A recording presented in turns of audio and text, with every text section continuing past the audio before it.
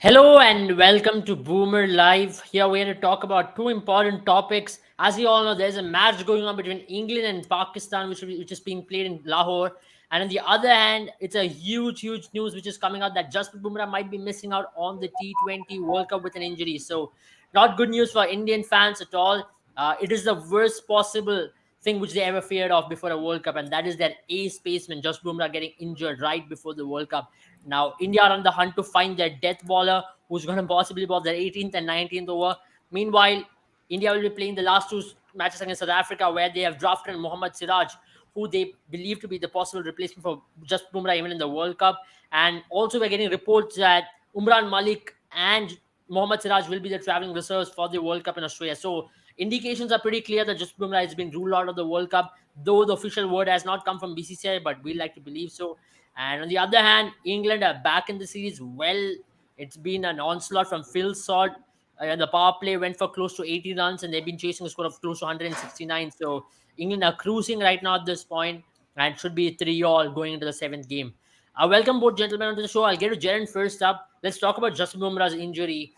How will India actually react to this? I know they played Asia Cup with the Jasprit Bumrah, but then they also lost the Asia Cup, and that was the biggest missing piece, isn't it? Yeah, absolutely. I think what's now is going to happen is that that one inch that we keep giving to Rohit Sharma, right? The fact that Bumrah will be back and the 19th over debacle that India has been facing will be resolved is now gone, and Yeah. that biscuit of safety is gone. Now this squad that we have, at least except for maybe Bhuvneshwar Kumar that is playing in South Africa, is probably this bowling attack that we will be lining up. Of course, there is, as you said, there are Siraj will be joining up with the team as well, but Siraj is obviously not an answer for the 19th over. So the 19th over answer, right?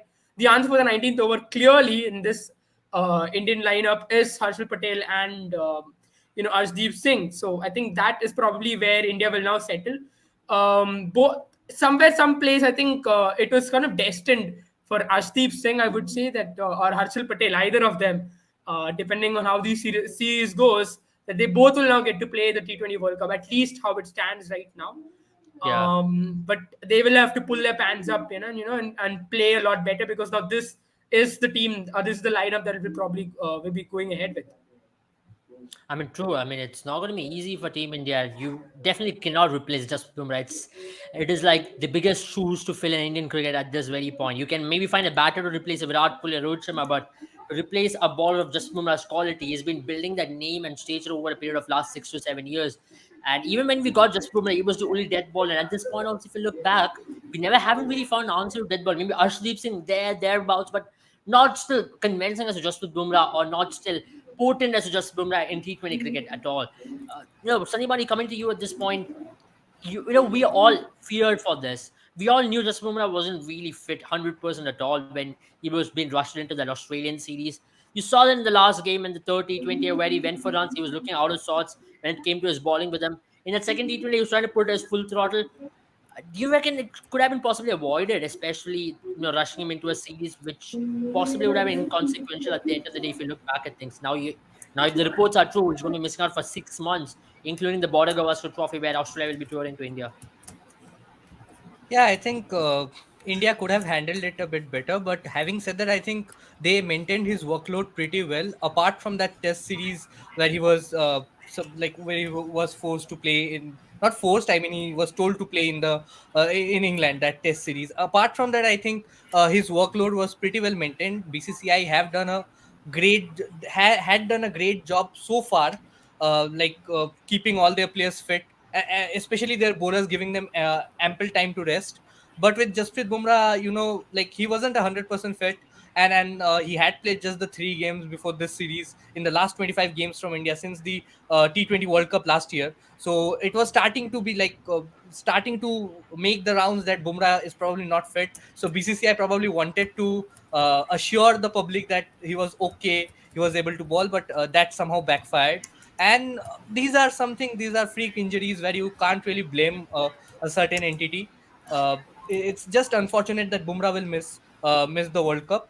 But having said that, that is where all the practice, all the games to the reserves comes into play. India have played a lot of reserve players over the last 4 5 months, and they definitely have the pool of talent to sort of not probably fill in Jasprit Bumrah's shoes, but get close to having that void that they have in the death overs bowling.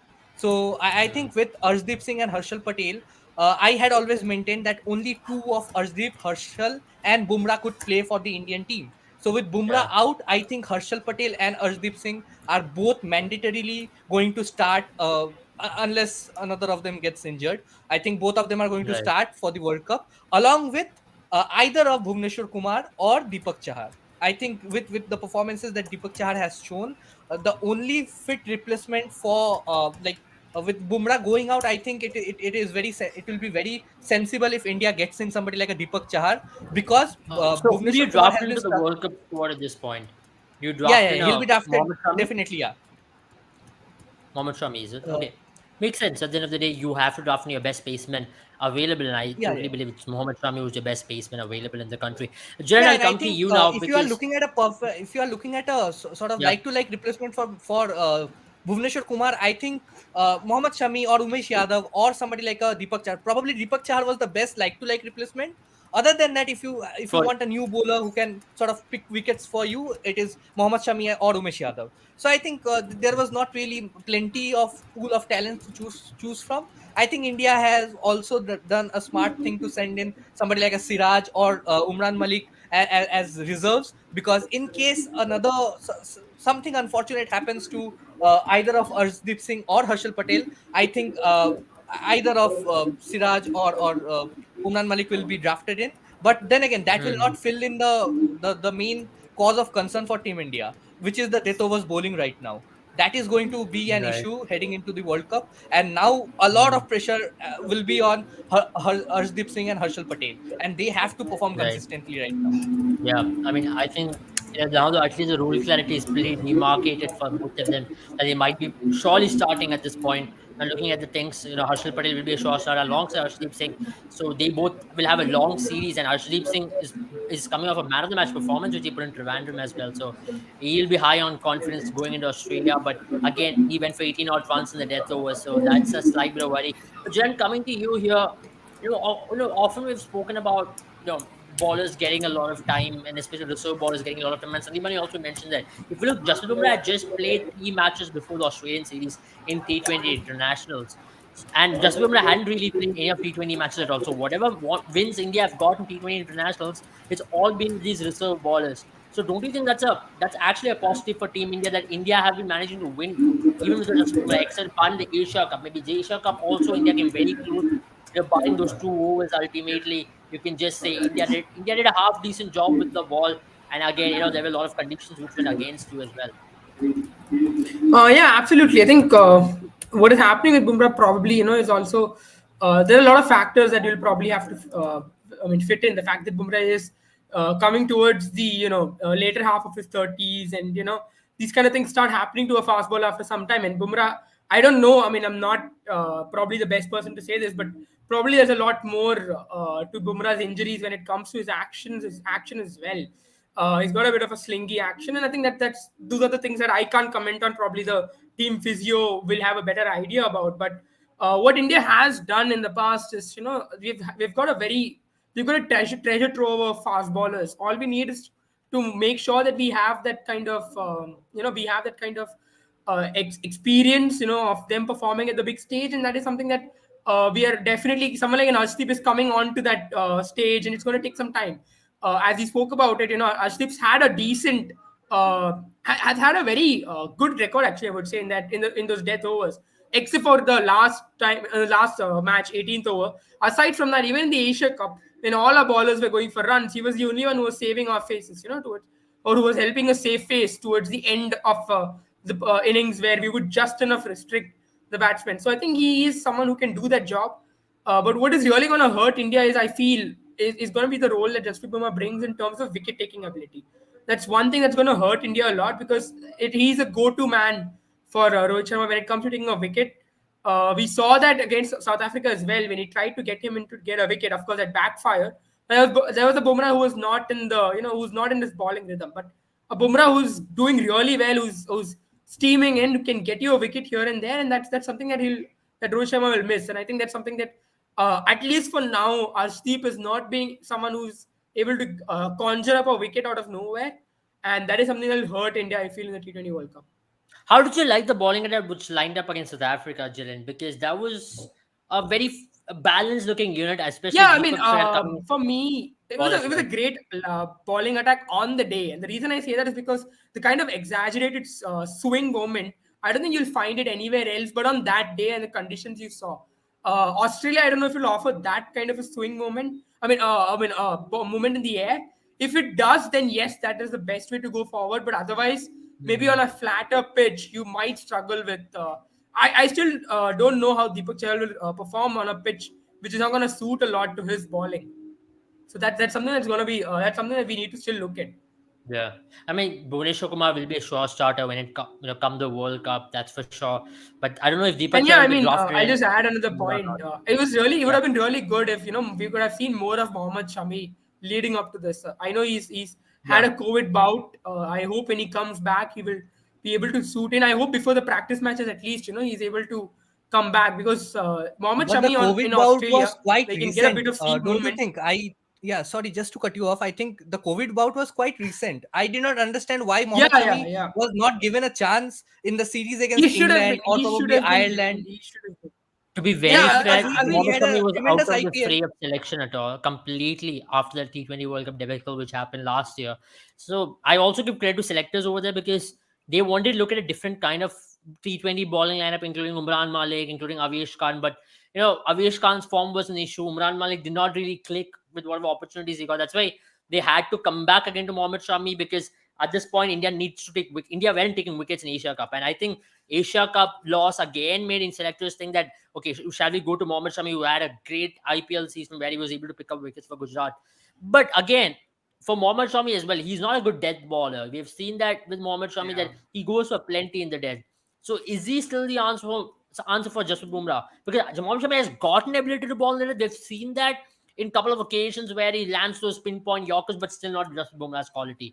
But again, if you have to look and to replace someone like Jasprit Bumrah, who is it going to be? Is it still going to be Harshal Patel and Arshdeep Singh taking up all the onus and saying that we will try to cover up Jasprit Bumrah's void in the death overs? I know in opening overs you still may get wickets from Arshdeep Singh or Bhuvneshwar Kumar here and there. I mean, Akshar Patel has been stepping up pretty well for India in the power play. So these things can be covered, but death overs to even to defend 20, 10, 15 runs in last over, none of these bowlers have really done it. And that's one of the reasons why we've been losing consecutively so many important matches as well. Sanjay, my question is that who can possibly do that job? I know many people will say Arshdeep Singh at this point, but if to support Arshdeep Singh, is it going to be Harshal Patel or will you draft someone like a Mohammad Shami into this? No, no, I'll definitely stick to Harshal Patel and Arshdeep Singh right now because I think it is too late right now.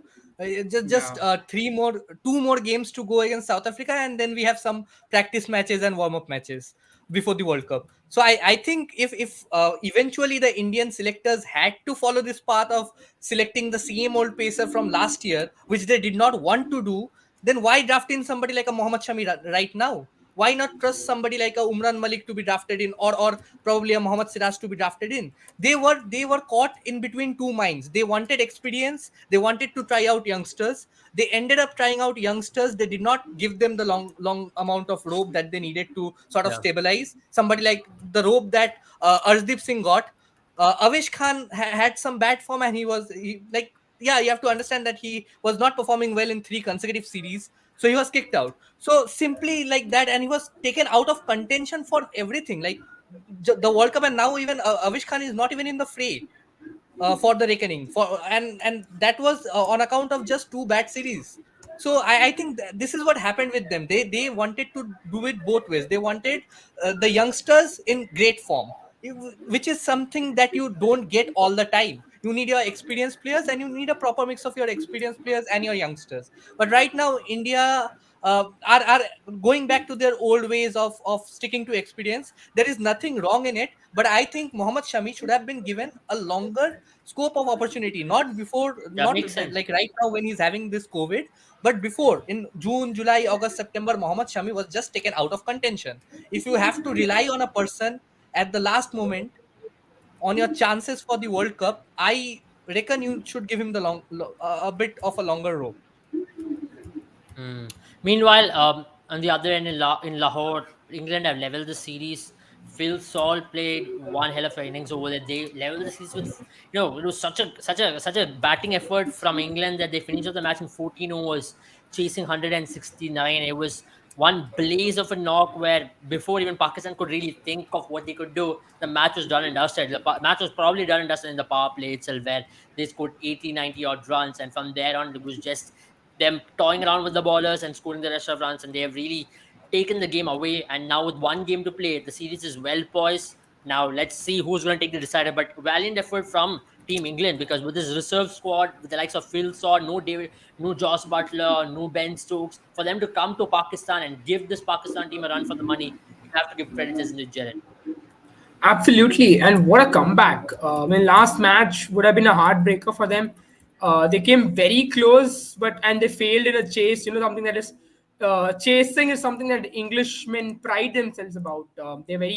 They always believe, even if they don't defend titles, at least in a white ball game, they are very capable of chasing down totals. And I think that England team would have been very disappointed how the game ended for them, but great comeback. I think the dew really played a hand. Once the dew came in, once the ball got wet, because there was no early wickets that the Pakistanis could take. English batsmen, especially Phil Salt, just they had no answers, and the ball was traveling left and right. I think even before the dew really came in, the ball was not even in the ground for most of the time. So Yeah, and it they was were just just Phil Slots watching. They were onslaught. just, it was a classic case of the spectators and the fielders being the one and the same, because there was no answers, Yeah. right? Wherever they balled, Phil Salt and even Alex Hales early on in his innings just found a way. But it's been a great series, in that matter. The quality of cricket that's been played, especially the English squad, they're very new. Most of them, even someone who's comparatively experienced, like Sam Curran, is playing in Pakistan for the first time. So to come to Pakistan, a foreign country, and the kind of crowd support that Pakistan's had to fight amongst all of those odds, I think it's been great by England. And looking forward to the seventh match Yeah, now. absolutely. Absolutely. Sandeep, we have Mokshit who has a question. Is Indian team completely prepared for the World Cup? And I know it's now the task has got even tougher for Rohit Sharma, but we've often seen with this team. But when you actually write this team off, if you have to go back to 2007 when nobody expected Team India could do, that's when we actually won the World Cup. Now the favorite tag is completely off, one can say, but that's the best thing about this team, right? When the favorite tag is off, that really helps this team to really go out there and play. Now with no Jadeja, who's your best all rounder, with no Just Bumrah, who's your best bowler, the favorite tag has even come down from where you were, because you lost the Asia Cup. People already started writing you off in this particular format. It's unlike the One Day World Cup. T20 World Cup is not a tournament where India starts as favorites. It's always West Indies. It's the Australians this time. You also have the English team. This is the English reserves who is almost on the verge of winning a series. But then the formidable English unit of Butler, Stokes, and all these lads will be also there in the tournament. So these lads will be starting as the favorites, and India will now be taking the back seat. How is it going to be for Team India? And firstly, to answer that, are they even well prepared for it? See, I think that is the case with almost all the tournaments, all the high pressure tournaments. You perform at your best when there is like some teams excel under enormous pressure, but more often than not, you see teams that have no pressure to come out and do well. That nothing much is expected from them. That is when they come and give their best. And the Sri Lankan team is a perfect example in this Asia Cup. They were Yeah. we can say they were the underdogs heading into the tournament, with India and Pakistan being the giant favorites. But they went on to Mm. win, because after that thrashing against Afghanistan, they really had nothing to lose in the tournament. So it's teams like that that make a mark. Talking about the Indian team, I think they have a solid team. They have a fixed balance. I was very impressed with the fact that even with Jadeja's absence, such a huge sort of void to fill, the Indian team, the management did a good job in figuring out their roles, and they gave enough opportunities. They had enough time to sort of regroup. With Bumrah gone, I don't think this team is going to feel too much, because they have been playing without Bumrah for the past 1 year, Yeah, and yeah, they have yeah, had exactly. like they have had some great success. They have won, I think, 21 games or 24 games in the last 31 game matches in T20 internationals, and I think most of the games have been without Bumrah playing in it. So yeah, I think India team, if you say as a whole, I think they are ready. They just have to fill in that. So they have certain issues, like the fielding has been a minor issue, because we know that the Indian team has, like, in the recent past, the Indian team has always had some great fielders contributing, like fielding energetically and giving it their all. But in the last couple of games, or last 4 5 games, we have seen that India have been missing a couple of catches in each of the games. So the I mean, that's fielding a is a concern. minor That's a concern. major concern for Team India. No, I think If it's a if minor you look concern, into it. because that is something that you can work on, and you have enough time. You still have 15 days to work out your I fielding. hope there is enough time for that. But Yeah, Mokshit, to answer your question, Mohammad Shami was the initial player who was drafted into the squad, but Mohammad Shami is missing out due to his COVID issues, which is still yeah, looming over him. He got hit with COVID before the Australian series. He's still not recovered from COVID, so they did not want to rush him into the South African series straight up. That's why they had to recall Siraj, who was in England, who just came back from England, into the squad. No, we also have question, Jaren, on this. Can Siraj really fill his shoes? Because Siraj, I remember 2021 IPL, he really came good bowling in the death.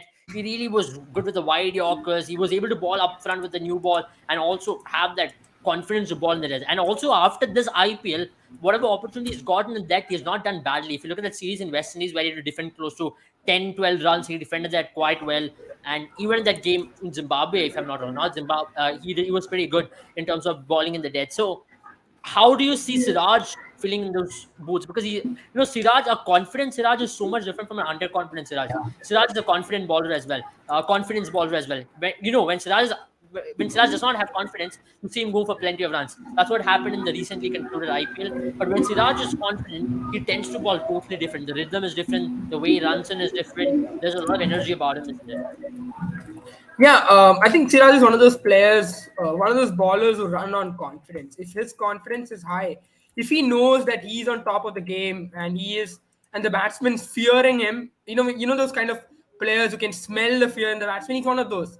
The moment he feels that is the case, he'll just be all over you. But right now, he's been a bit underconfident. Even for Bangladesh, he's had his struggles in the white ball format for quite some time, and even in the England series, he didn't look himself. So that is something that will be running through his mind, and that's the reason why he wasn't high in the pecking order. Because Yeah. Siraj like I think at least a few months back, before the IPL, he was one of the best, and even going into the IPL, RCB were heavily banking on him to be their number one bowler, but he just couldn't produce that kind of performance, and now that's the reason why he finds himself so low the ladder that you had required an injured Bumrah and an sort Shami and Bhuvi to actually bring you in. So that this is probably his chance. Siraj again is one of those players. While when you write him off, as you've mentioned about the Indian team, if you write Siraj off, that is when Siraj does really well. Siraj, a Yeah. long time back, before this resurgence is written off, and he was on the fringes of even almost on the fringes of the of RCB, and then all of a sudden from there he Hmm. pulled himself to become one of RCB's best and then India's best, right? So Yeah. I'm really looking forward. I hope he gets some game time, and if he does, which I think he will, now that they have to find someone to replace Bumrah, I think he might just get the game time, and if he does, I hope he really steps up and he does a good job because Siraj in Australia can be really troubling. He's got the line and length, and with a little bit of confidence, I think he can be that X factor bowler for India.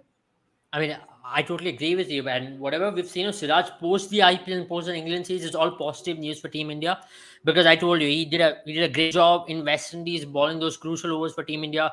Coming And I in the think end, he's defending coming off close a to- great county spell as well. yeah, yeah, He's had a great stint in the county yeah. spell. So he's high on Mm. confidence in that terms. And the good part about Siraj is that is able to transfer the form which he has in red ball into white ball cricket. There's Hmm. always Siraj. Whenever Siraj does bad in white ball cricket, he doesn't do in red ball cricket. But whenever he does well in red ball cricket, he's able to transcend that form into the white ball cricket as well. That's the thing with Siraj.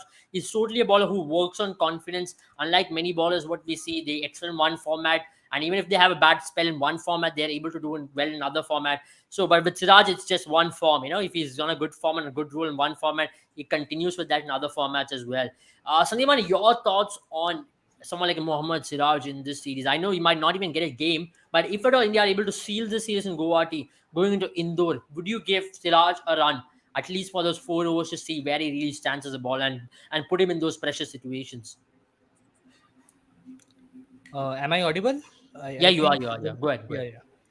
Yeah, so I think I'll slightly defer to you guys on my take towards Siraj. I definitely feel that uh, he's still pretty much down the pecking order when it comes I bet to my man being an opening Sandeepani will bowler. say Umesh Yadav. He's No, just no, gonna yeah, say. I mean, you're banking on He experience, was then why not go for definitely Umesh going Yadav? there.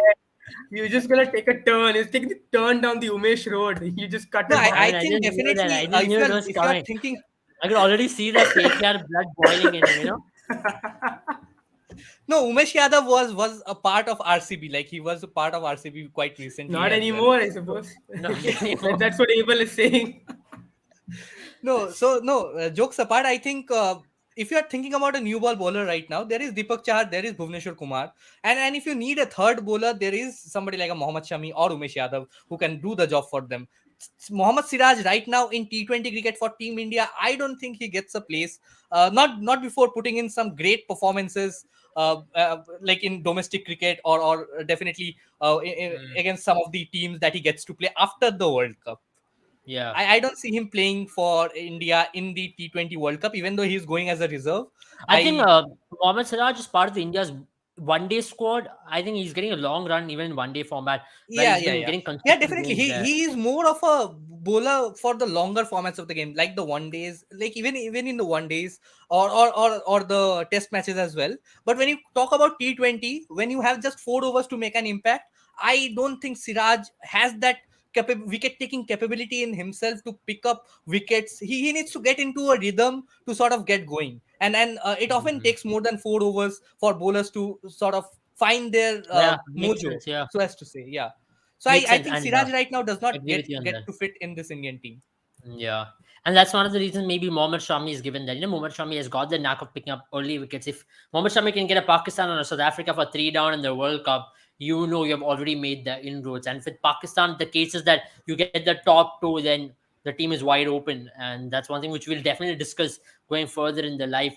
But Jaren, we're getting a lot of questions on Mohsin Khan as well. All across the country, people are talking about Mohsin Khan because he impressed everybody during the IPL where he was really getting all the top batsmen to struggle. He was bowling with high pace. He had the angle. Now you have Arshdeep Singh as a left-hander, but still, Mohsin Khan could have been an option India could have tried out in one of the Ireland series or in the Zimbabwe series, but Yeah, they did yeah. not, which clearly means at this point they're not going to go to Mohsin Khan, isn't it? Yeah, that was exactly my point as well to this question by Shaurya.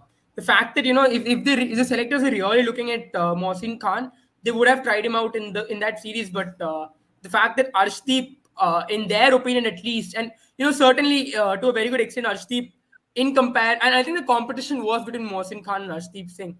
So there, because Arshdeep Singh has done a little better, impressed a lot more in terms of how he of his contribution to Punjab Kings, and I think there's a reason for that. Mohsin Khan was in a bowling lineup where overall, if you look at the bowling lineup, everyone did well. On the other hand, in terms of in Punjab Kings, the hand that Arshdeep Singh played in matches where the Punjab Kings bowling lineup even competed was only because Arshdeep Singh was there in that lineup. So in terms of the difference of I the mean, even impact with that was created, Kagiso Rabada and Rahul Chahar being in the yeah, team, the yeah, limelight was on. Yeah, absolutely. the spotlight was on Arshdeep Absolutely. He Singh. stole the limelight. He was incredible there. And because of the fact that, Mohsin Khan, and no, nothing against Mohsin Khan, right? It's always the person who performs when everyone is down that draws more limelight to him. So Yeah. that's the reason I why know, Arshdeep what's funny Singh, about Mohsin Khan is also the fact that Avesh Khan got injured for a brief period. That's when he got an opportunity. Or else he was not even correct, supposed to correct. start the games for Lucknow Super Yeah, Giants. yeah, yeah, exactly. Yeah. So he was in the pecking order in Lucknow Super Giants. So he's a great bowler. He's an upcoming prospect, and I'm sure in the peripheral vision of the selectors, he's somewhere there. But it'll take him another Mm. season. And But very surprised that he's not even getting nod ahead for India A squad. So there is definitely an injury concern, is yes, what I believe.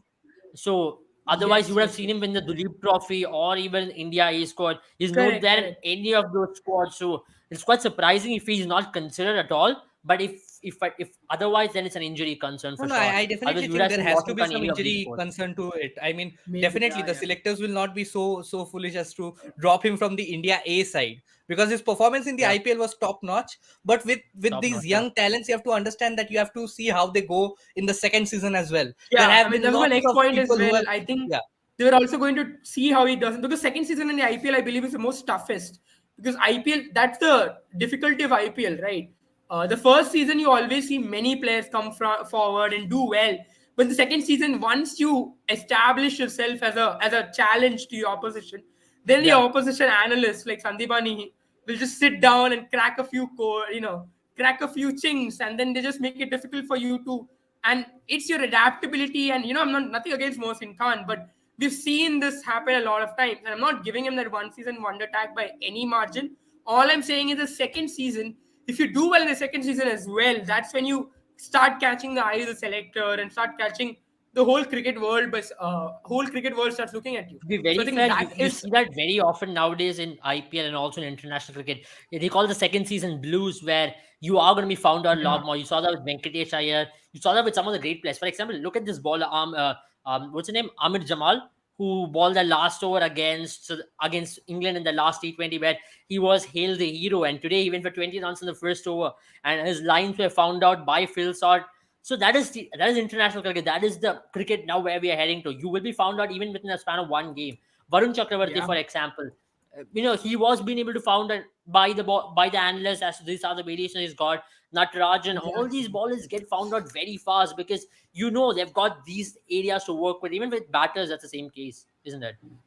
Yeah, and that's the most difficult part about modern cricket, especially even to my knowledge, even in tests, for instance, you can still get away with it to some extent.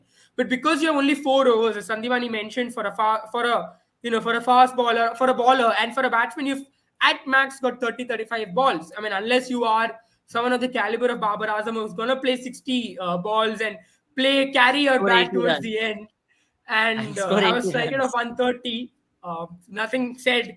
You Doesn't have work in 30 ball. T20 You have cricket five anymore. overs for a. You have 5 overs for a batsman to make an impact, Yeah, and you have makes four sense. overs. You have only 4 overs for a bowler to make an impact.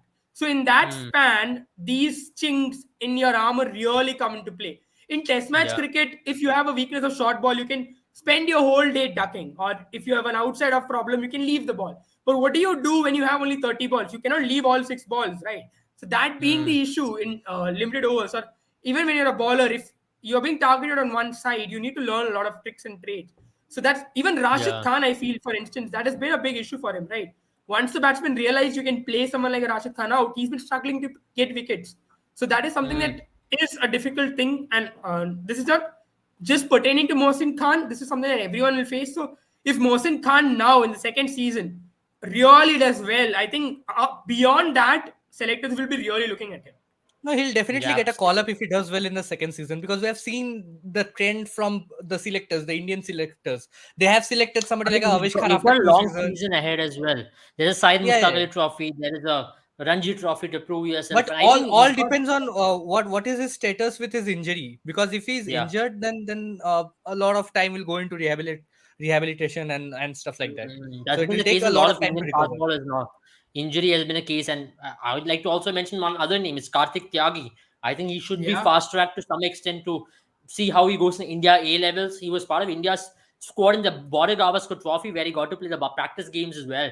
And he was an next in the pecking order if one more bowler would have gotten injured. So imagine straight from the Under 19 World Cup, you're traveling with Team See, India, honestly, if and I he's tell got you, I am more impressed by Karthik Tyagi than by Umran Malik, yeah, because yeah, Umran Malik has the yeah, pace, true. but it's all about consistency. I mean, Karthik Tyagi has been very consistent. He's a bowler like like Arshdeep Singh, who can come in the death overs, bowl those But 6 balls, Karthik and is very all those fast six as balls will well. be Yorkers. Karthik can Yeah, yeah, yeah. clock around 145 to 150 on consistent Yeah, basis. but And don't forget he's one of very the best fast. But overs he bowled in IPL cricket. when you compare any bowler with Umran Malik, they'll eventually fade away with the pace, right? Yeah, But definitely, Kartik Tyagi brings yeah, in that consistency as well.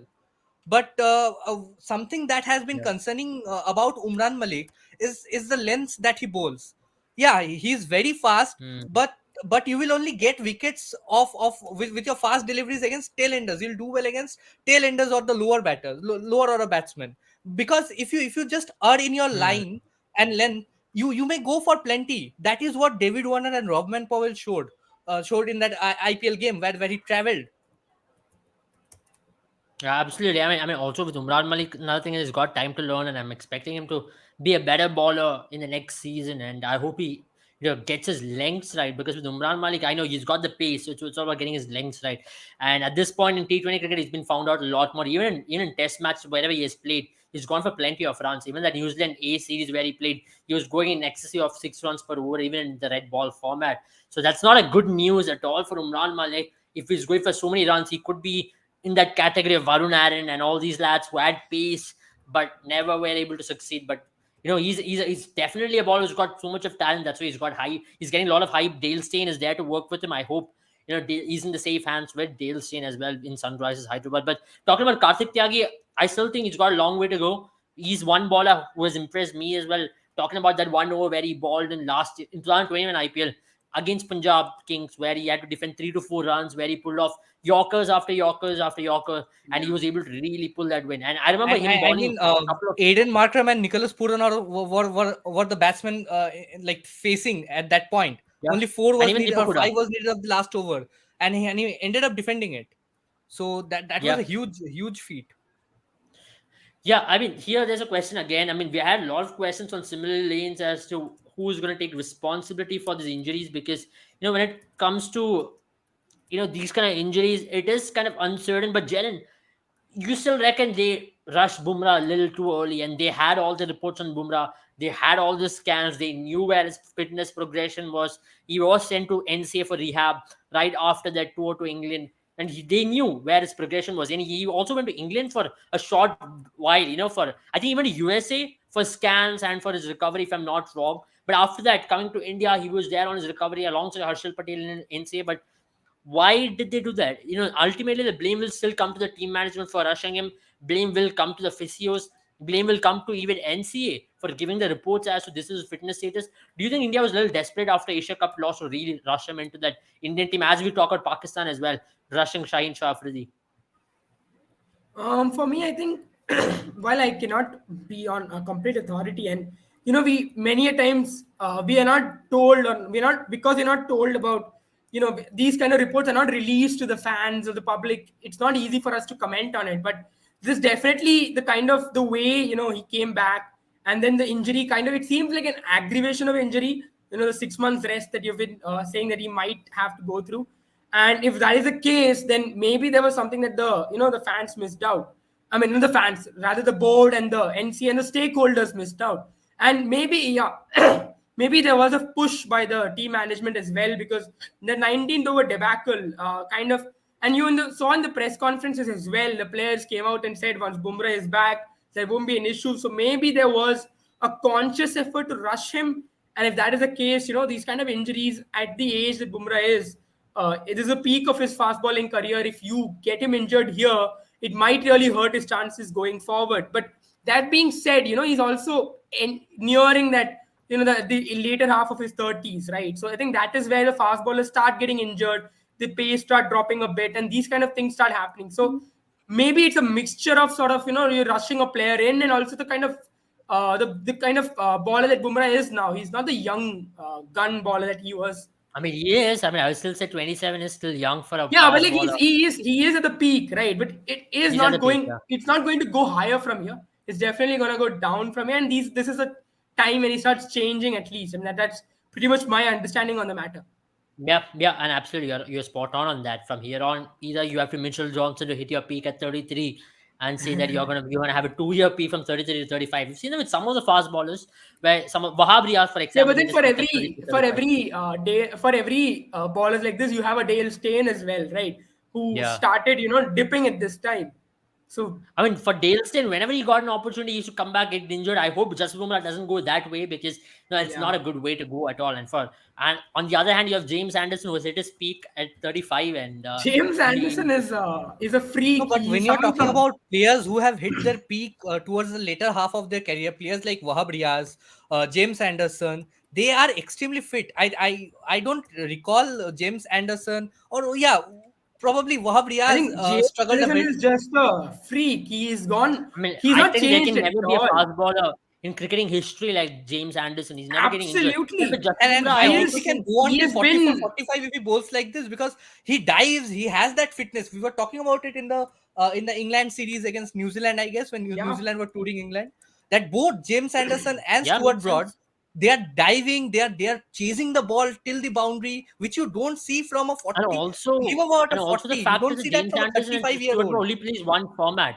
They have their job is pretty cut out, and they're playing the longest format. They're not even playing T20. They're bowling still 20 overs a day, but you still can't. That's why your fitness That's is some going to be commitment. I tested mean, even more. there are some players and there are some boards who have this sort of money, who can keep their players to play for the longest format of the game.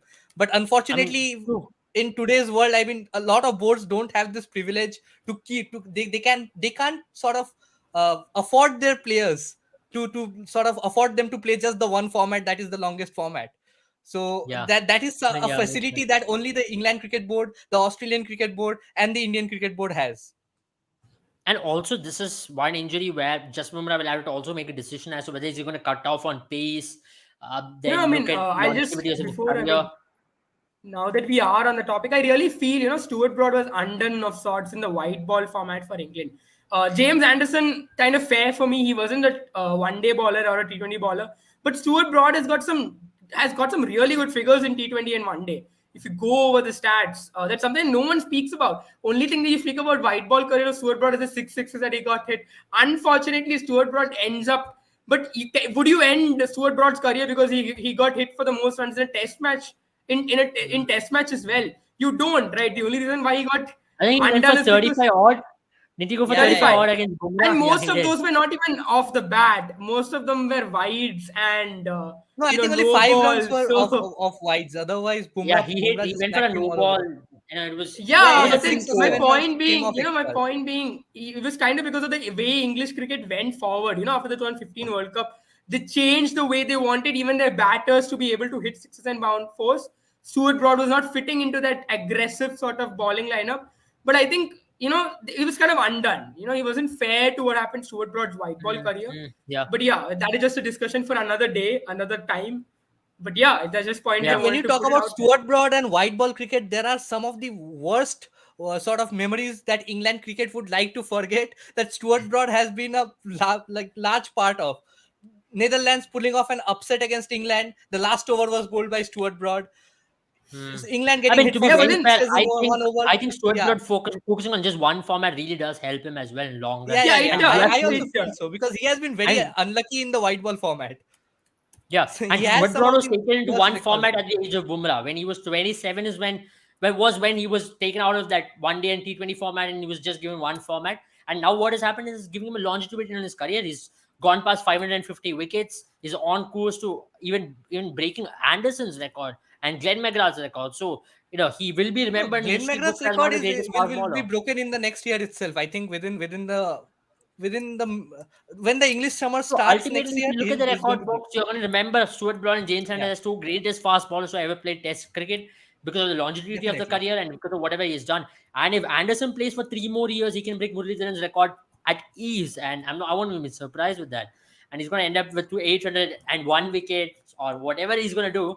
He's going to be remembered as the greatest ever to have played the game. And that's also, you have to credit because he's also a fast bowler. Unlike Muralidharan, he did, okay, you can say pitches were tailor made for him in England, but still But he's then come to pitches were India tailor probably. made for Muralidharan as well. So Yes, that is not an argument absolutely. at all. Yeah. Yeah, yeah, but also when I you think talk about that's an James argument we Anderson, should the take pace away. hasn't dropped by a huge margin. I mean, he still bowls at 130, 135. Yeah, that's the best part about his career. Right? That's the reason why I call him a certified freak. throughout his Yeah. career, he's not lost swing, he's not lost pace, he's not even lost his ability to dive and take a catch. So, I Hmm. mean, it's as if he has found the youth fountain or I something.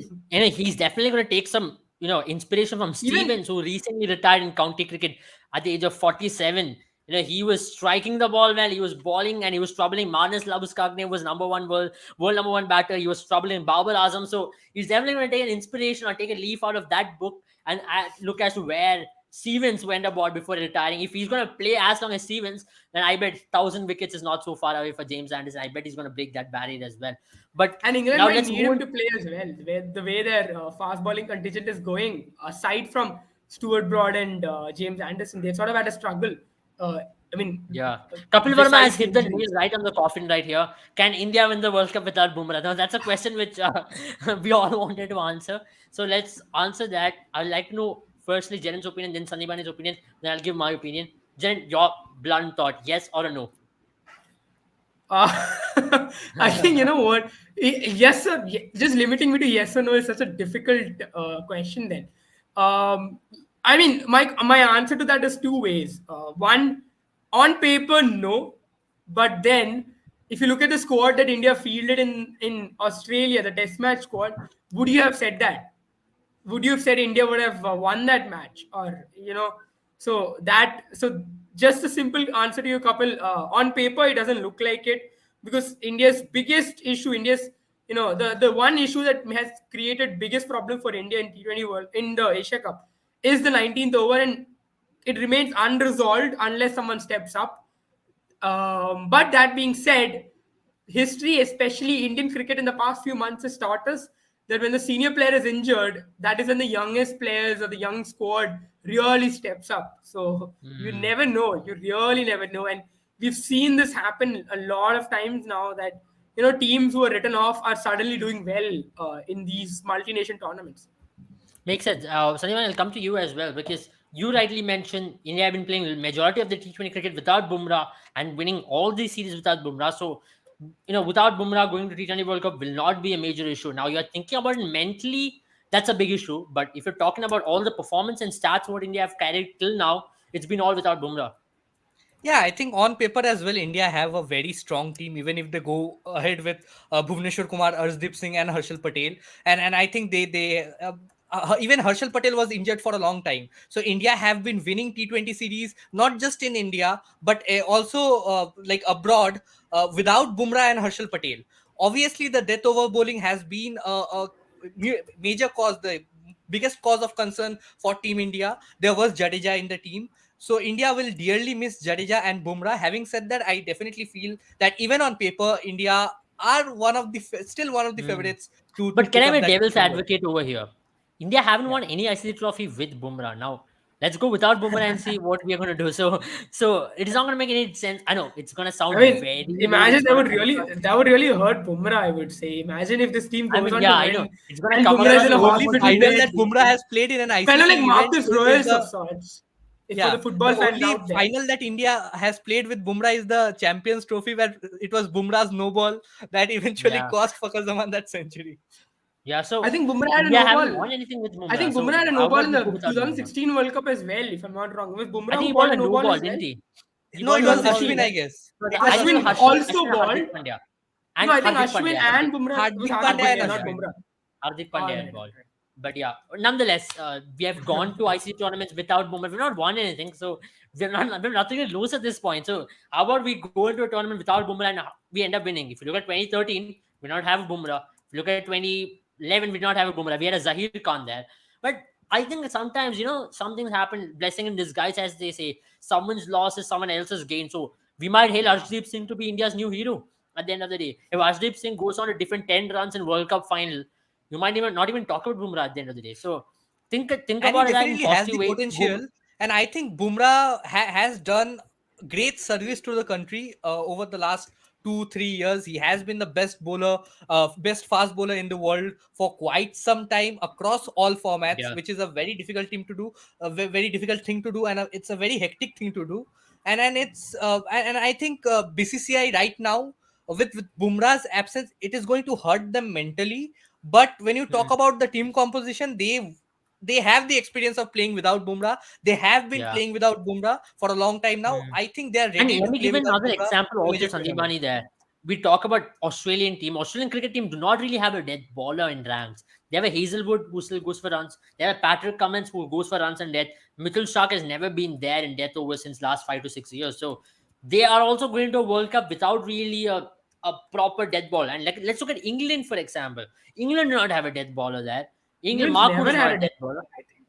England never had a death Uh, bowler. They were looking for Jofra Archer there. But Jofra Archer is not even part of the squad. So I think it shouldn't really bother India because look, England are missing out on Jofra Archer. They're also going to miss out on someone or the other when it comes to these kind of tournaments. You have three major tournaments coming up in the next 3 years. So I think one of them, if you're going to lose, it's just take it on stride. You have a World Cup to play at home next year. So let's hope Bumrah gets fit for that. I think for one day format, we dearly need Bumrah. In T20 cricket, we still can cover up without Bumrah to an extent. It's still 4 overs at the end of the day. If teams are going to play out Bumrah, it's of no use again. So it just comes to the death overs. If Harshal Patel can be the Harshal Patel of 2021 IPL, where he's going to really nail those Yorkers. I mean, we're not going to miss really just with Bumrah. But let's move to the other side, Pakistan there. Pakistan, Jen, I'll get to you first up. You still think the batting approach is hurting them a long way, isn't it? Yeah, it is. It really is. Today, especially today's pitch, kind of slowed down towards the end, and that's the reason why we've always spoken about the power play overs. Power play is really important today. Again, they struggled in the power play. They did not have many answers in the power play, and that really hurt them. I like this approach. If it was a one-day format, this kind of approach still makes sense because you've got 300 odd balls, or at least after the power play, you've got 240 odd balls to cover up for your first 10 overs. But it doesn't make sense, if you have someone like a Babar Azam, you need someone on the other end to keep attacking, keep the run rate up. Today, what we saw was, in the power play in the first 6 overs, because of the kind of failure that the Pakistan team had in the power play, by the time England was done, the power play, they had won the match.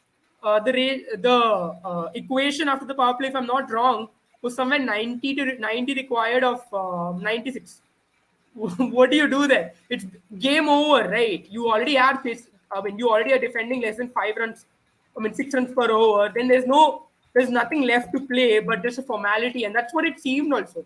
After the power play, I think it just seemed like Pakistani bowlers had no answers. Even Babar Azam seemed like he was out of ideas and just wanted the match to get over with. So Hmm. definitely the batting approach is hurting. But on the other hand, I think there's there's a bit of a silver lining there. The middle order did step up compared to the last few games. Today, I felt, the kind of, I wouldn't say it was a great performance, but it was there. Iftikhar played a good hand. There was a very good hand played by a few other batsmen, but somewhere I felt, they need a lot more. There needs to be, if they want to do or challenge teams in the T20 World Cup, they have to do Yeah, a what's lot better. worrying is that Jaren, they're able to step up. Even in Pakistan, they're struggling in their own home Yeah. condition. Now we're talking about these players who really struggle against short pitch bowling. When Mark Wood was there last game, you saw them really jump around. You saw with likes of Babar Azam. Today they struggled against the likes of Sam Curran's short ball or David Willey's short ball. They're not even as quick as as someone like a Mark Wood. And I was again. I mean, I was looking at the after bounce speed, and the speed that is coming on that pitch was 120 at max. 120 was the best. This Hmm. Reece Topley was bowling bouncers at 120. So someone like a Sam Curran must have been bowling at 110, 140. That isn't a fast ball which is quick. That's a slow bouncer in Australia. So that is not going to hurt anyone. It's supposed to not hurt anyone. But Hmm. even And that was troubling, and they were getting the likes rushed of for pace. Iftikhar, likes of even Babar Azam and Mohammad Rizwan really struggles against really quality short pitch Yes, bowling. yes. So this team, and that's one of the reasons I think in one of Pakistan the would be commentators had a very good point to raise. I saw this too. The Pakistani batsmen, especially the batsmen aside from Babar Azam and Rizwan, they have a very large stride, front foot stride. They commit themselves to play on the front foot straight away. So the moment the ball is short, that adjustment takes a lot of time. So if you see the shots that they're getting out to, they're stuck between those two steps because they're not able to get back to the back foot and pull because by the time they're on the back foot, the ball has already rushed them. So that is what they're uh, struggling, and that's something they need to work in. Yeah, they really have to work on those kind of areas. And now you don't have a lot of time before heading into that first match in Melbourne.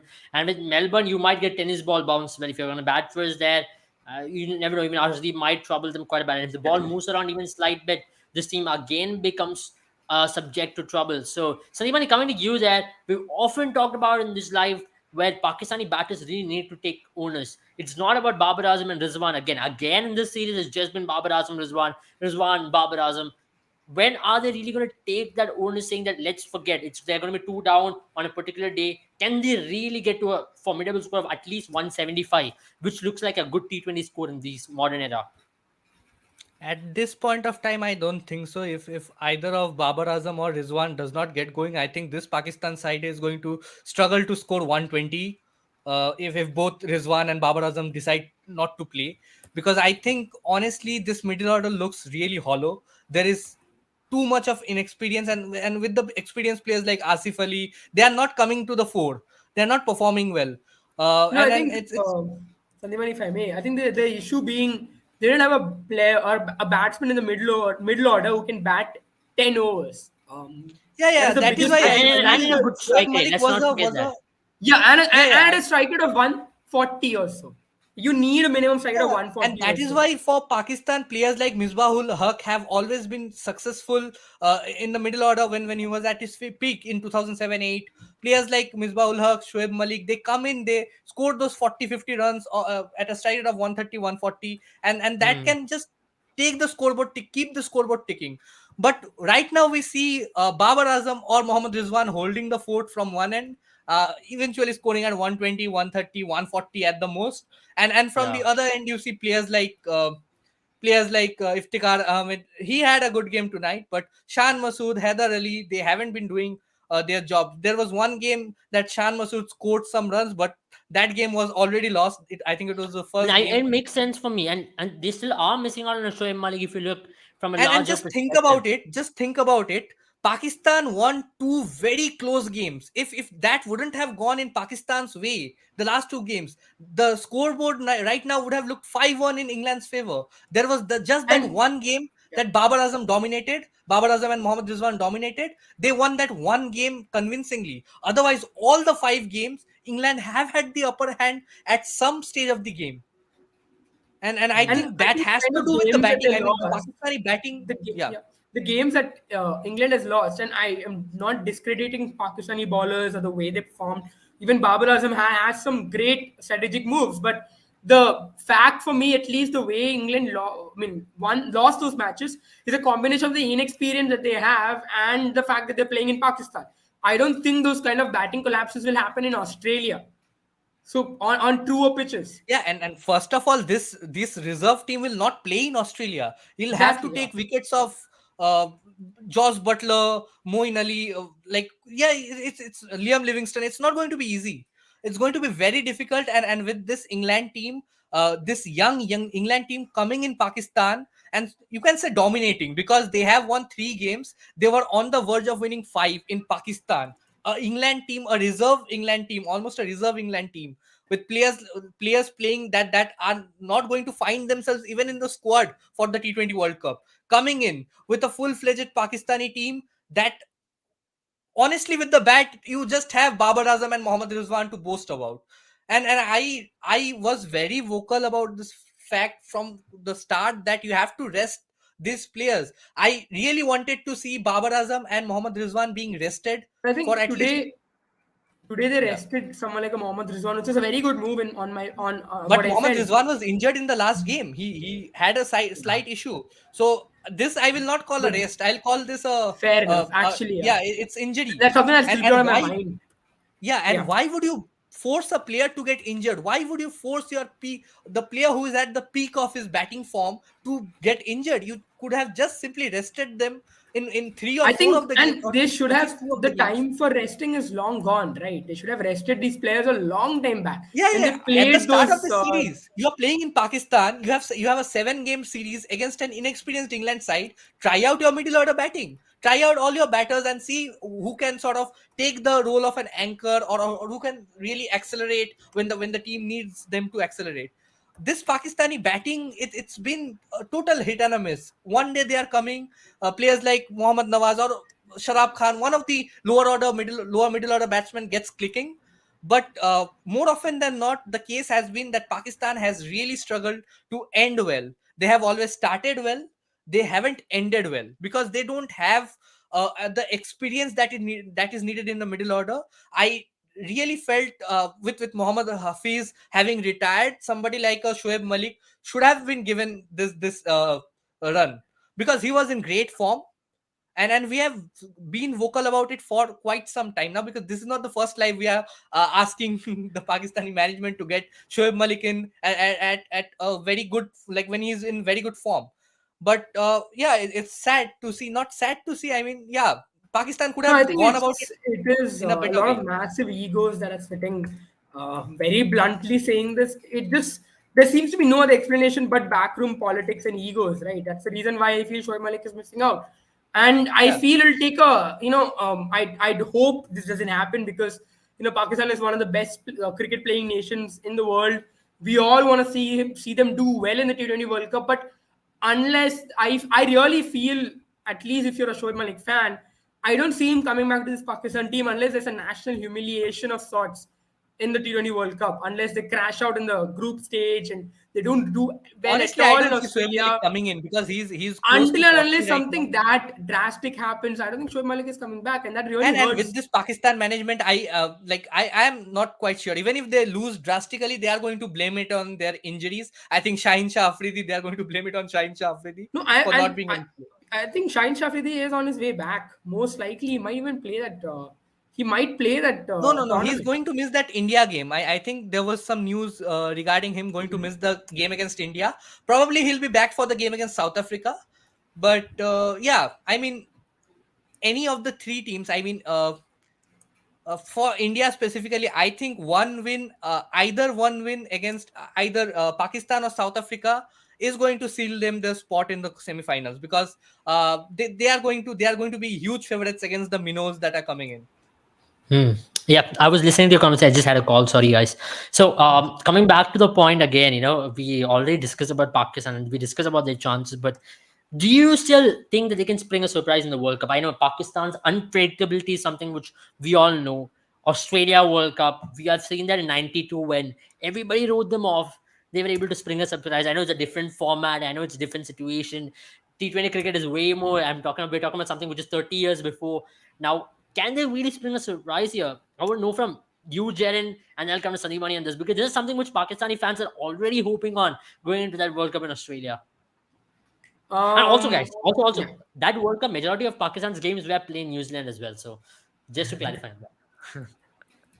Yeah, Pakistan is a team that is capable of doing this. Pakistan has always been the perennial dark horses of sorts. I mean, I wouldn't call them dark horses, but rather the temporal cricket that they play. You never know which Pakistan turns up. I think it was Nasir Hussain who says this, right? There's this one Yeah. Pakistan which is a world beater, and then there's one Pakistan who Yeah, just one never. moment up, the next moment down. That's what Yeah, like Exactly. Pakistan Ketan is. mentioned that Pakistan had a very good, like they won the World Cup in 1992 playing in Australia and New Zealand.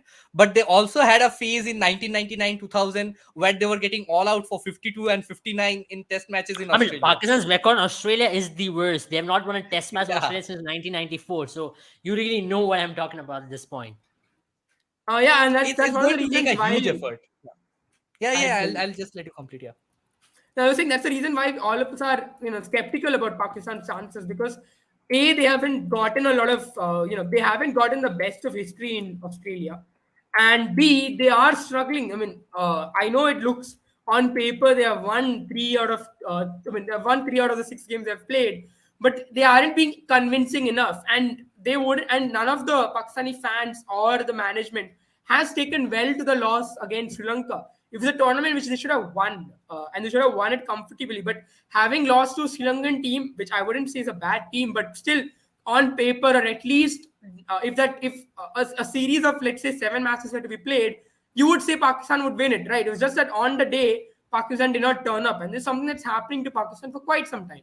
So Hmm. Pakistan, and I feel in Pakistani fans deserve a sort of stability.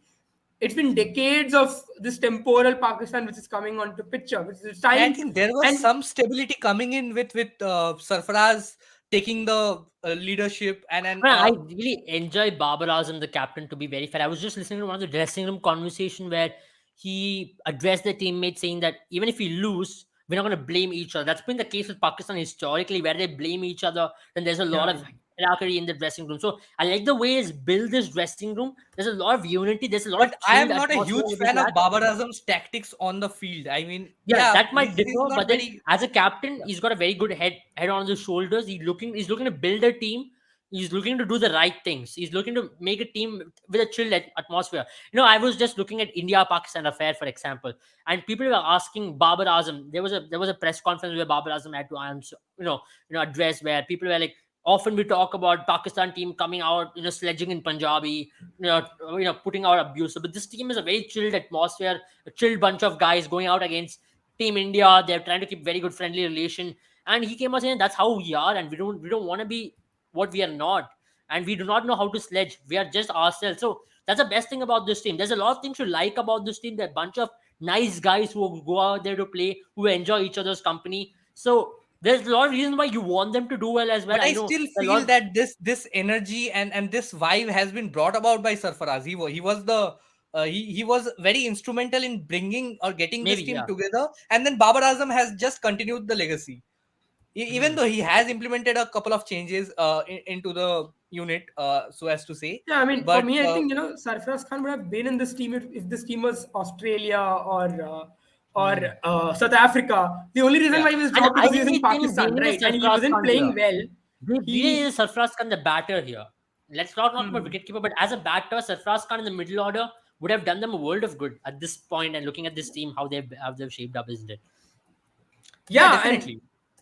but he's not been himself for quite a while, right? He struggled with the bat for a long time, and that is the reason why, right, that kind of scrutiny is the reason why he had to leave the team, and Babar Azam was given the Hmm. captaincy. So there was a brief Yeah. period where there was a lot of captaincy issues with this team, but that's my point, right? Pakistani fans don't tolerate a player who's only in the team for his captaincy, and that's the reason why he was thrown out quickly. And it's not like he's been playing well for a long time. He's been playing well for a few years now. I think Jaren is facing some kind of network issue. So meanwhile, I'll come back to you, Sandeep Bani, on this.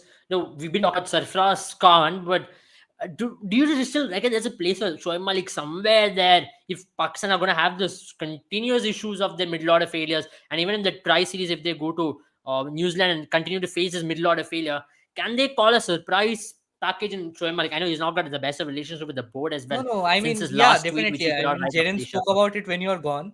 Jaren spoke about it when we were discussing this only, and it's clear that there has been some backroom politics going on in Pakistan for quite some time now, and this is nothing new for Pakistan cricket.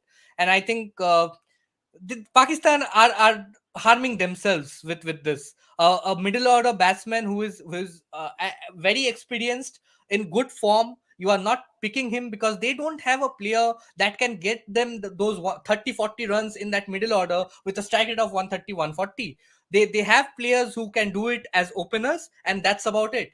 Either they have to make some changes. I don't know. I definitely feel either of the players. I think Mohammad Rizwan will have to come down the order at number 3 or number 4, because right now he has been the only player that has been performing for Pakistan consistently. And Babar Azam, I will not consider dropping Babar Azam to number 3 or number 4, because Hmm. he has a Hmm. terrible strike rate at the death. I mean, he tries to hit the like score some big runs, but more often than not we see him scoring at 120 130 even in the death overs.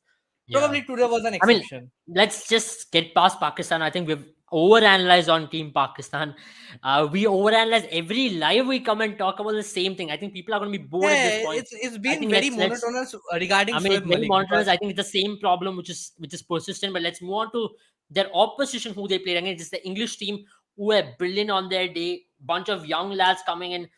I know it's going to be tough choice for English, the team management to really fit in someone like a Harry Brook into that playing 11. I know Ben Duckett is not even going to be traveling to the score with the squad to Australia. But same time, Phil Salt, do you see a place for him in the team? Do you see him opening with someone like when Butler returns? Because he's got all the potential to be a very good opener. I know people are Yeah, suggesting at this point David because Malan should open.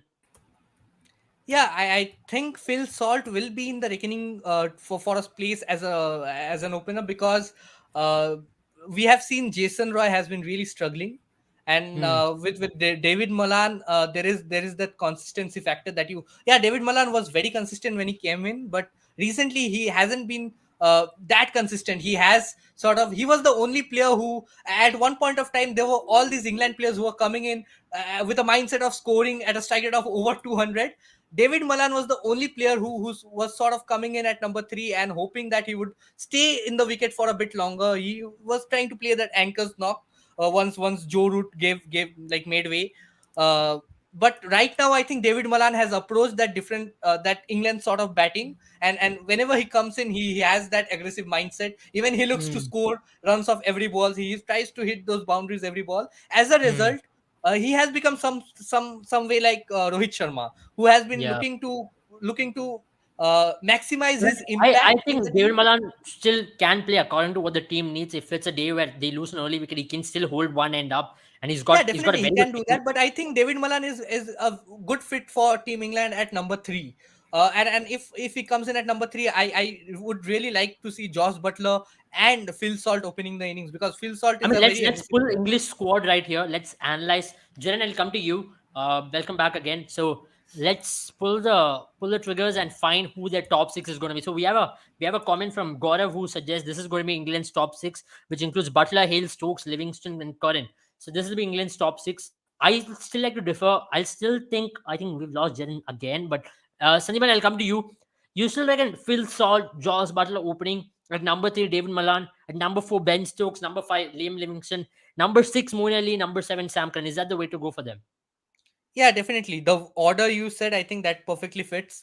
Uh, I would, yeah, even I would like to have somebody. It's a very, it's a dilemma question for me, because I would like to have Alex Hells as well in my team. So I know, I it's know. going to be interesting. I mean, Yeah, so Alex Hales also Butler, got an exemplary record in Australian conditions. So yeah. I know So it's I a would tough, for the tough first call. game, I would like to go with Butler, Hales, David Malan, Stokes, Livingston, Ali, Sam Curran. I think that would be ideal for the In that team, order. because yeah, I mean, I know there are people say Malan is useless. I want Stokes about at 3. Uh, I know Stokes at number yeah, 3 is but not a bad but option. Gaurav, Malan has considerably improved his strike rate over the last 1 or 2 years. He has been playing like how the England team plays. He's no longer that player who will come in and play that anchor's Hmm, knock hmm, throughout hmm. the innings. His average has Yeah, dropped considerably, but his strike rate has improved, because he has yeah. been looking to score those runs quickly. And I'll pull out the I think with squad that once mindset, again. he's a I'll pull yeah. out the squad once again for you. And this is a squad like you have Harry Brook and Alex Sales, who are the two new additions into this team. There is no Johnny Bairstow, which is a big issue for Team England leading into the World Cup, because he's going to miss out because of his again a freak injury which he occurred while playing golf. So that's one thing which is sad for English team. But then again, they've got so many World Cups and so many I mean, tournaments, so you can't really it hue is a and cry pretty about it. unlucky. I mean, how many people do you actually hear getting injured playing golf in the sport of cricket? And If So it's just interestingly, I you think also that's see why sport is Jason to be Roy missing banned. out. Jason Roy is yeah. not there because of his form, and I think that was a very practical or pragmatic decision Yeah, taken it by was a Team good England. call. It was a good call, because Jason Roy was really struggling. It's not Yeah. about Yeah, just he was. scoring He runs. He indeed was was. really struggling to be on the crease.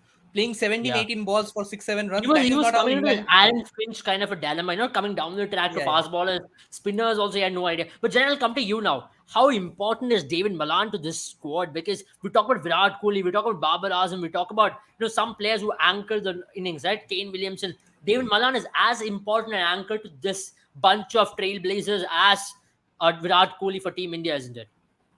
Especially for this England team, because India, you can still argue, has gotten a lot more, in their batting order, has gotten still a lot more players who play under that 150 strike rate, or, 150 strike rate or sort. But, as Sandiman has also mentioned, he's looking to attack a lot more.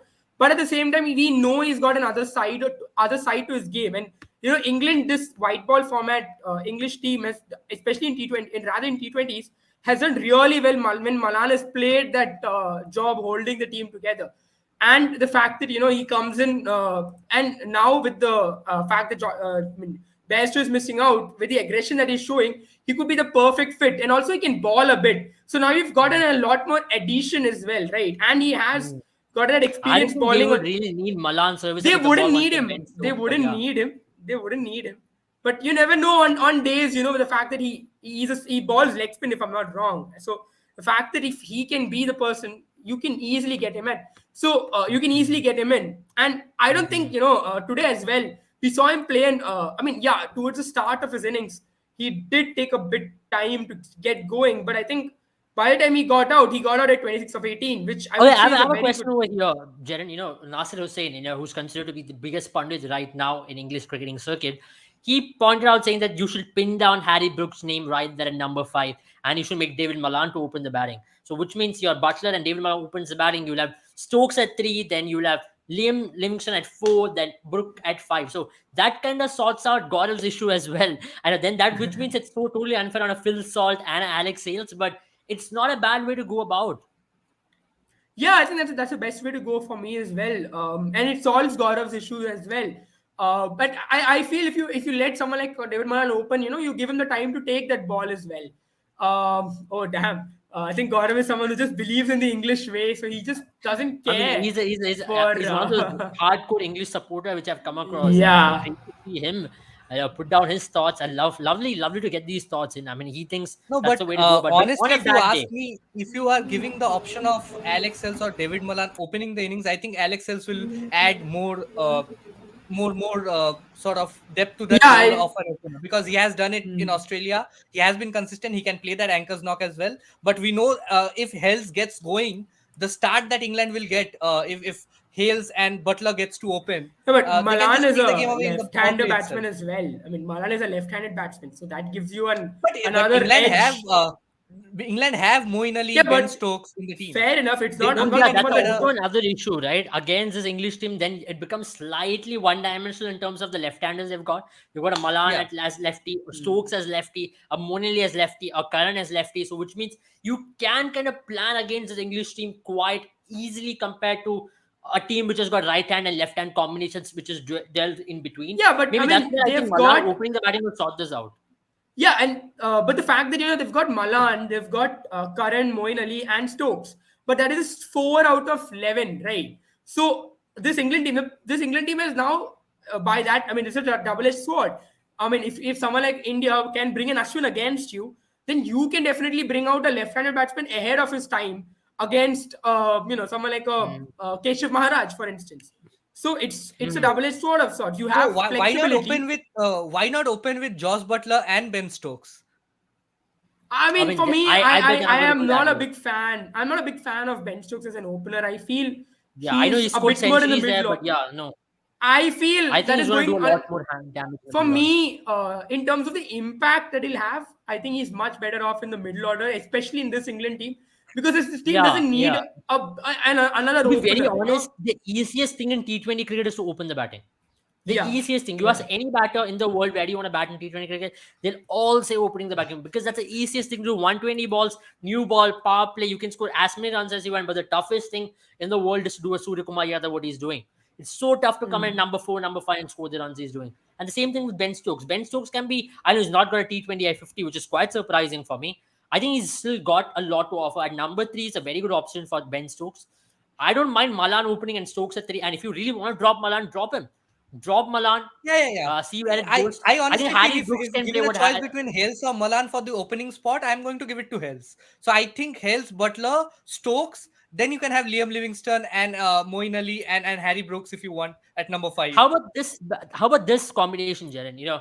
Phil Salt, Butler, Stokes at 3, 4 Harry Brook or Liam Livingston. Maybe Harry Brook, who's also an anchor slash aggressor, and then at 5 Liam Livingston, then Moeen Ali, then Sam Curran. That looks like a packed lineup as well. That looks like a very solid lineup as well, isn't it? I think this just the fact that you came up with this, this formation, or I mean, this lineup shows the fact that England has a problem of plenty in terms of the batting lineup, especially post this series, because many players have come forward and done well. In terms of what Phil Salt has done today, imagine this, the Phil Salt we saw today and the Josh Butler we know opening the batting. Now that is very scary. And now then you follow that up with That's a Ben scary, man. That's Stokes. really Yeah, scary. and you Trust me. follow that up with a Ben Stokes, then with a Harry Brooks, then with Moeen Ali, who's also doing well. We had him play really well last match against Pakistan in a Yeah, yeah. match where all Moeen Ali seemed has been in lost. fine form forever. Sam Curran who can do a bit. This team looks scary. Liam Livingston, Australia is Liam scary. Liam Livingston, yeah. Liam Livingston Livingston, in Australia is Australia, scary. yeah. I mean, Yeah, I mean that looks like all of a sudden the favorites, the tag is coming back again. But yeah, but let's talk about the bowling. I think that's one area they really will be missing. Archer, I know. As we talk about Bumrah, that's as big as a loss from the match. But Mark Wood, from whatever opportunity he's got, he's done a very good job. Let's look at the bowling attack for them. They've got a Sam Curran who can do both. They've got a David Willey. I'm pretty sure he's not going to start. But they've got a Reece Topley who's been in fine form this year. Then Adil Rashid and Chris Wokes will be making a return as well. So what is your bowling attack going to be, Jiren? For me, I think I would go with someone like Reece Topley, definitely. Reece Topley and Mark Wood are going to be my opening bowlers for sure. Because the fact that someone like a Mark Wood is going to be very effective in Australia, and then probably a David Willey, and I think my fourth seamer is somewhere that I'm a bit doubtful about. I know you have someone like a Ben Stokes, but they will be looking for a fourth seamer, and fourth seamer is one spot where they might be a bit confused between Sam Curran and who are the other options. Can you just show me the squad once more? Yeah, one Sam second. Curran, yeah.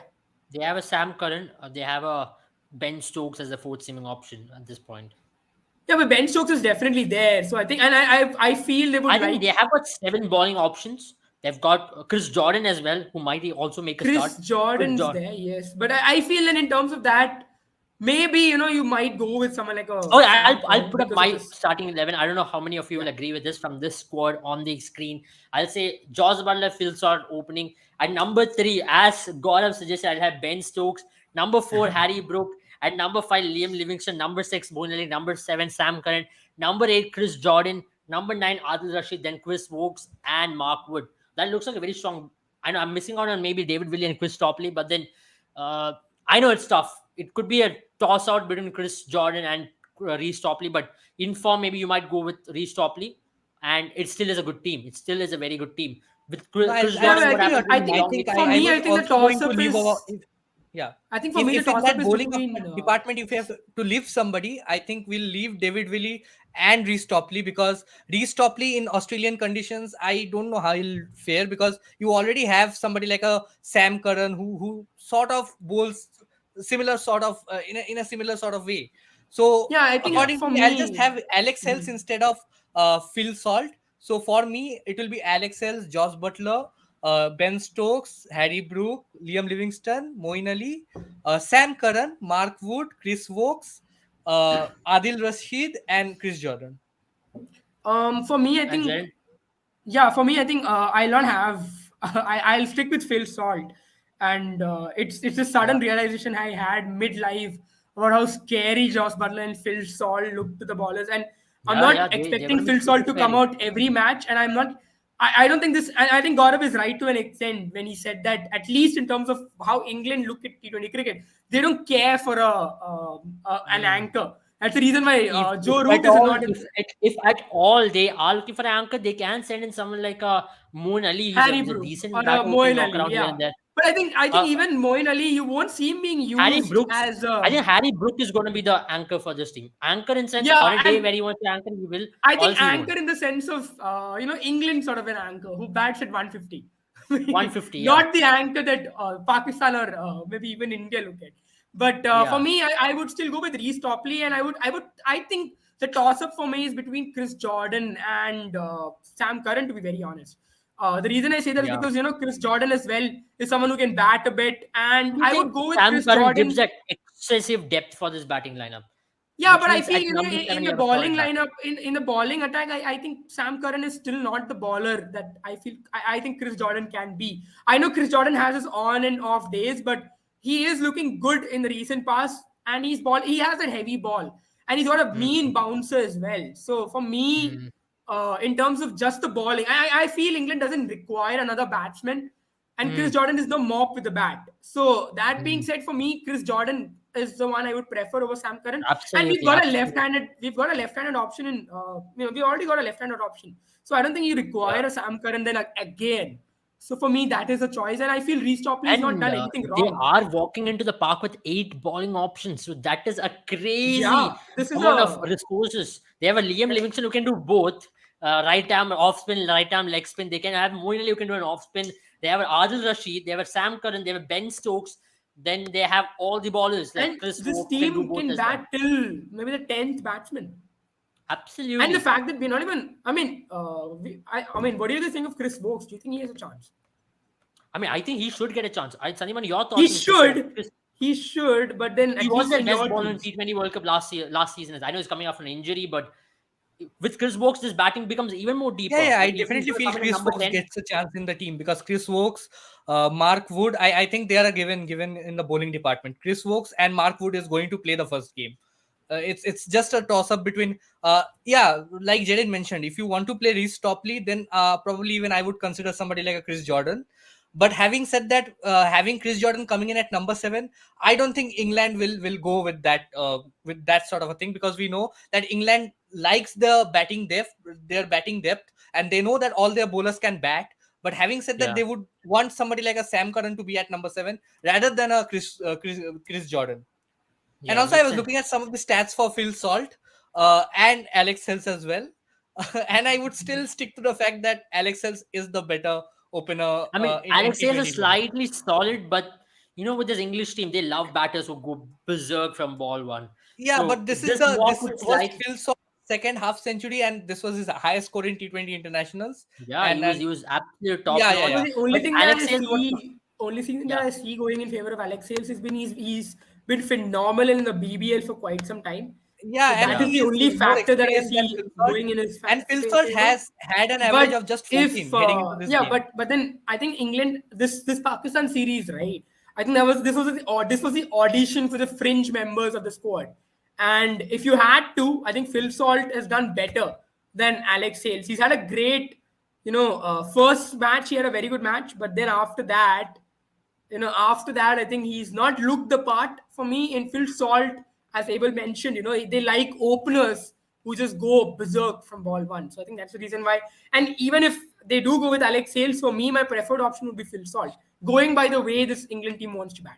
I mean, yeah, they look at current form. This England team is a very mean team. They look at form, and form matters, and form is the topmost thing for this team. So Hales I also won't be has surprised. another game, and then the warm up matches to follow. So I just want to know I what is still England's feel, schedule after this series. Are they going to be playing one more series after this, or are they going straight into the World Cup? If they are going to be playing one more series, that's going to be the audition. That's where we're going to see the complete 11 of this English team I line don't up, think and England are it's a going to warm play up any game more series also. after this.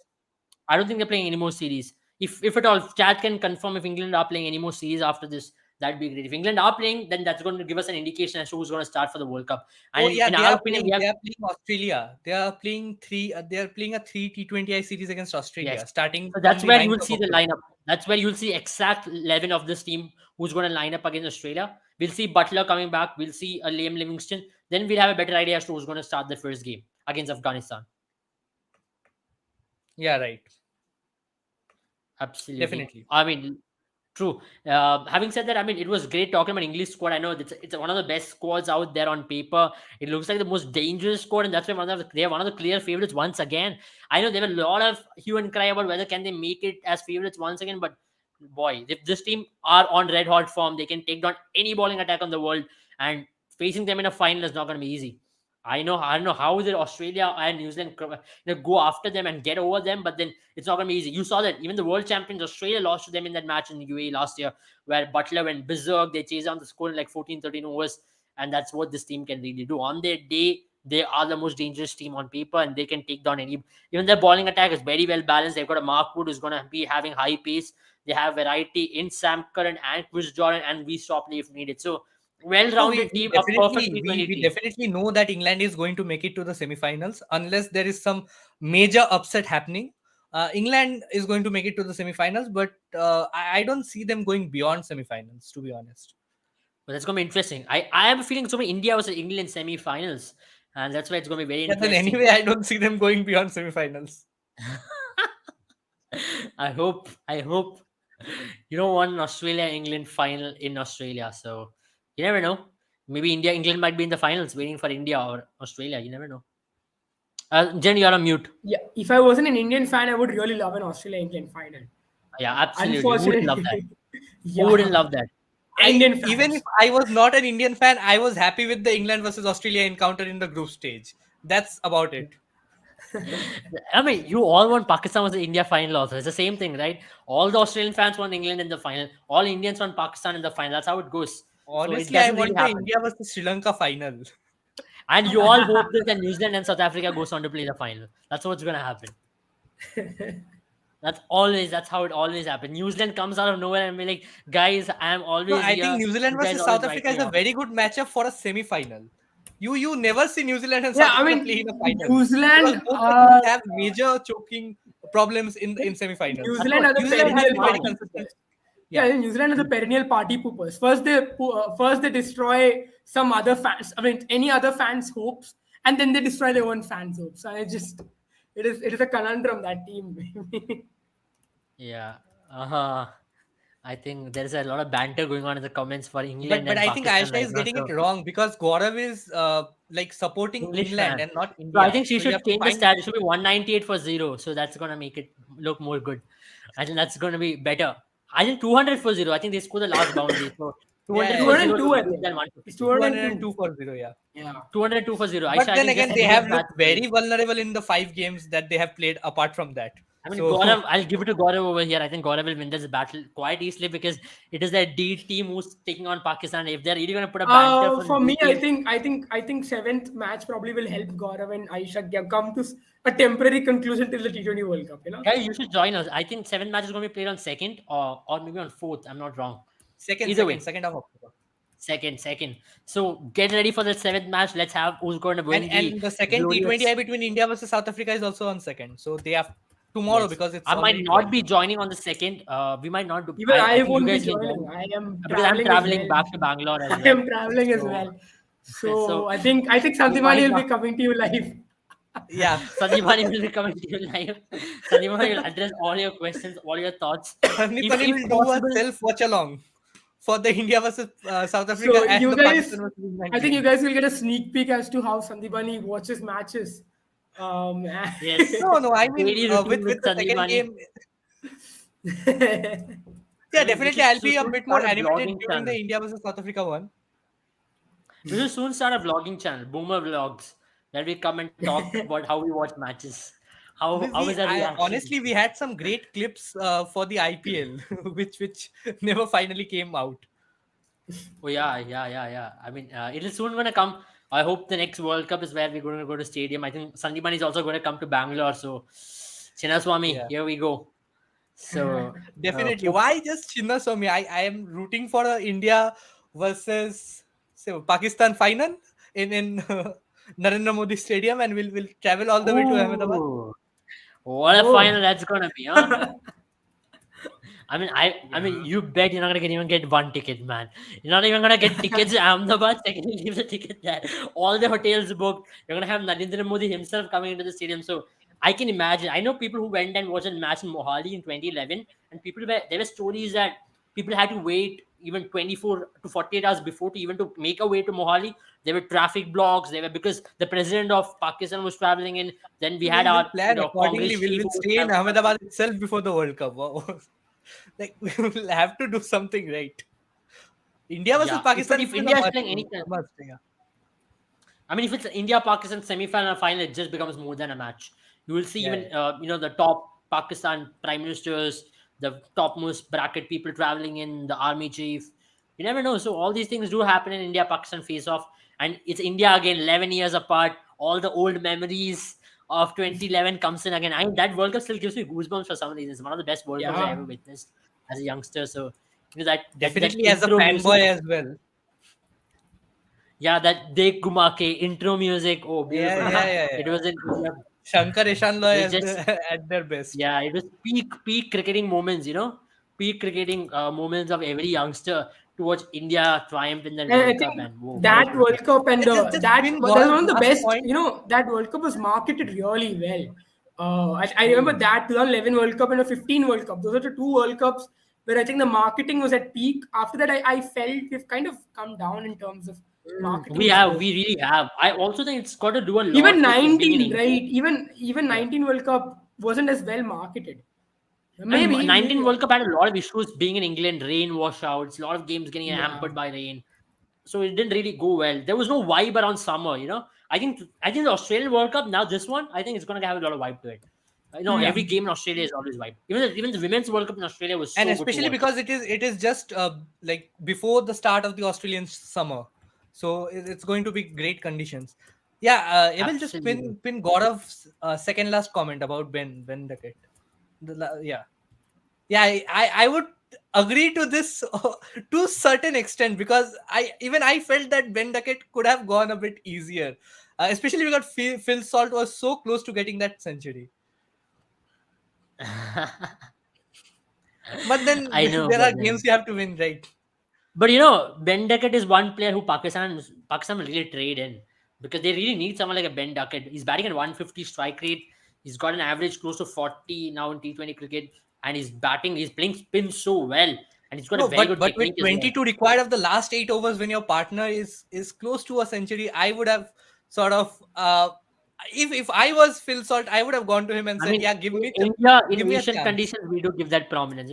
Your partner's done 50, 49. Let's take a Yeah. single. But it doesn't really happen Australia, England. They just go play it out. We Indians are like, let's give it to our partner. Century, finish No, I kar Yeah, do, think there's a man. furthermore, culture. I was There's a seeing a culture clip, about it as clip well. where I the feel, if yeah. you look at English cricket, especially Australian cricket, right?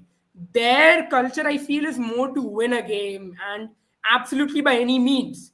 And that is something that we've seen throughout. But in Indian culture, it's more about personal glory and man You saw worship in the and stuff last like game where that. India played, where Rahul took a single for That was Surya Kumar Yadav. that was choreographed. That was pretty choreographed. And they both got to 50, both are happy. Imagine one got to 50, another would have been really upset about it. So, Yeah. so No, Rahul but at the but end of the day looked it's really good. very interesting about all these facts when player misses a century, especially because of a bowler like Suraj Randeep bowling that huge no ball against Sehwag. Then you have Kyron Pollard bowling that huge no ball against Evan Lewis. You Someone have did it to Andrew James Tye Vince also. bowling that huge James wide against, Vince. James Vince, I think it was. James Vance. So James you James have Vince. all Vince, these yeah. incidents. It happened to James Vince twice, if I'm not wrong. Two I think bowlers. so. I think so. I'm not quite sure about it, but yeah. In PBL only. But as an Indian fan, the Suraj Randeep incident was just Yeah, but I think unforgivable. Yeah. life has been harsh to Suraj Chandeep. He's a bus driver in He's a Sydney bus and driver in Australia, so in let's Australia, not right? talk much about it. Life has just given him what he But wants. But it's he it's it's says interesting he says that he the was idea pressured by actually came Sangakkara. from So Dilshan, right? yeah, he says he was pressured by Sangakkara and Dilshan. So there are a lot of conspiracies to it. And He's you still a don't young really player. attach Sangakkara with asking a player to ball a no ball, like just to stop a player from getting his century. So Yeah, it doesn't seem like him. I yeah, it mean, doesn't seem like Sangakkara, but a lot Yo, of flack this was this given. chat is getting pretty heated there. I think there's a lot of personal grudge between. yeah, I I think we're feel having an India-Pakistan Crawley. match happening right now in the There's comment an section. England Pakistan match going on in the comments. I think England-Pakistan, sorry. It's an there's a better England-Pakistan. series to watch than a series of comments to watch than the series in itself. I feel so. I think we should just take a Yeah, back I seat think. sometime. I think we'll get some more spice in the commentary if these two were to do the commentary at least.